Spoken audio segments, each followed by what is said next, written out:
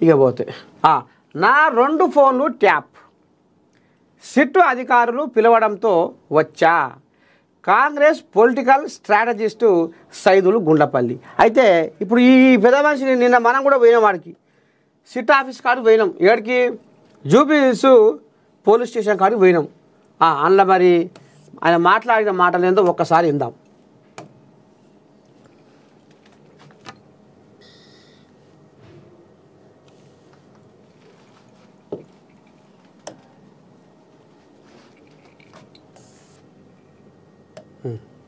దా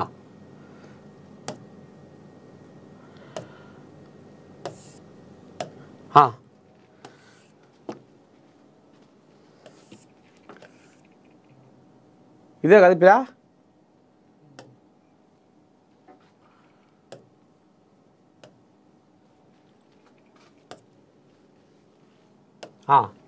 ఇక రావే పెద్ద మనిషి,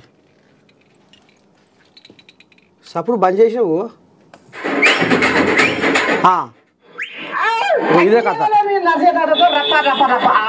మరి మన రపరప ముచ్చటకు మరి ఎవరి పట్టుకొచ్చినా ఏంది ఏం కథ అంటే, ఇక మరి ఆనాడు 2023 నీ దండం పెట్టి మొయ్యిన మోదం అవుతుంది రాజకీయం. అప్పుడు ఇంకా రేవంత్ అయ్యే గద్దెనెక్కలే అయ్యా. అప్పుడు కాంగ్రెస్ పార్టీలో ఇక మరి అది ఏంది ఎలక్షన్ల సర్వే అంతేనా సారు?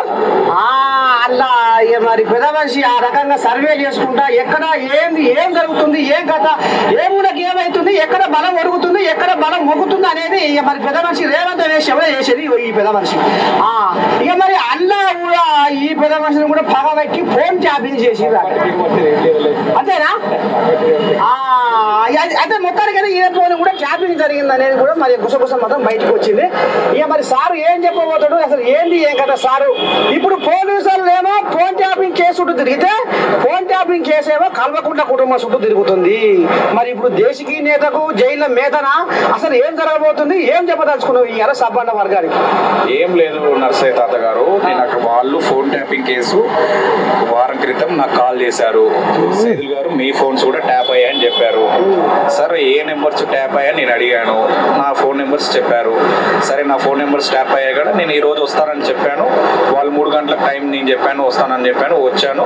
వాళ్ళు 2 నెంబర్లు ట్యాప్ అయ్యాయి అన్నారు. ఈ నెంబర్లు మీవేనా అన్నారు. ఈ 2 నెంబర్లు కూడా మావే అన్నారు. ఎప్పటి నుంచి మీరు సర్వేలు చేస్తున్నారు? వాళ్ళు అడిగిన కొన్ని ప్రశ్నలు అడిగారు. ఆ ప్రశ్నలకు కూడా నేను సరైన సమాధానాలు చెప్పాను. ఆ తర్వాత వాళ్ళు ఎంక్వైరీ వాళ్ళు చేసిన తర్వాత నా స్టేట్మెంట్ తీసుకున్నారు. స్టేట్మెంట్ తర్వాత నేను బయటకు రావడం జరిగింది, అంతే. వేరే సార్ మరి మొత్తానికి ఇంకా అందరూ మీలాంటి బాధితుడు ఎంతమంది ఉన్నారంటే నాకు తెలియదు. నన్ను పిలిచి నాది స్టేట్మెంట్ నేను ఇచ్చిన ఇది సార్. ఇక మొత్తానికి అయితే మరి గుండ్లపల్లి సైజులు సార్ మరి ఇవాళ వాళ్ళ జూబిలీస్ పోషణ కాడికి వచ్చిండు. ఇక మరి అడిగిన ప్రశ్న కంటే సమాధానం చెప్పుకొచ్చిన గతం. ఇగో ఇది కథ మొత్తానికి. చూసిరు కదా భాగవతం. ఇగో ఈ పెద్ద మనిషి ఈయన కూడా 2 ఫోన్లు ట్యాప్ చేసిరట. ఈయన ఇక మరి కాంగ్రెస్ పొలిటికల్ స్ట్రాటజిస్టు. అంటే సర్వే ఎక్కడ ఏం జరుగుతుంది, ఏ నియోజకవర్గంలో ఏం జరుగుతుంది, ఎవరికి బలం ఉన్నది, ఏమనుకుంటుర్రు, పబ్లిక్ ఏమనుకుంటుర్రు, ఎటు గాలి ఒరగబోతుంది, ఎటు మొగ్గబోతుంది, అసలు ఏంది కథ అనేది ఇక అప్పుడు ఈయన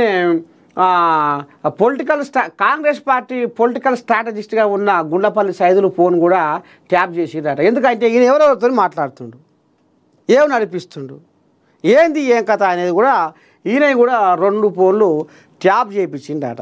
ఎవరు ఇప్పుడు బాయకడవ అనుకున్న ఆయన. ఇక ఇది కథ. మొత్తానికి గీ రకంగా పోతుంది కథ.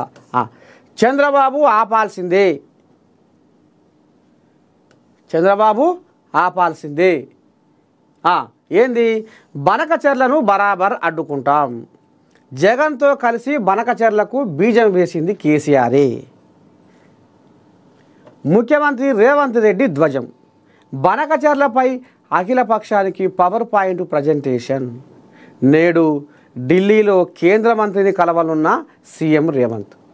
Project pre feasibility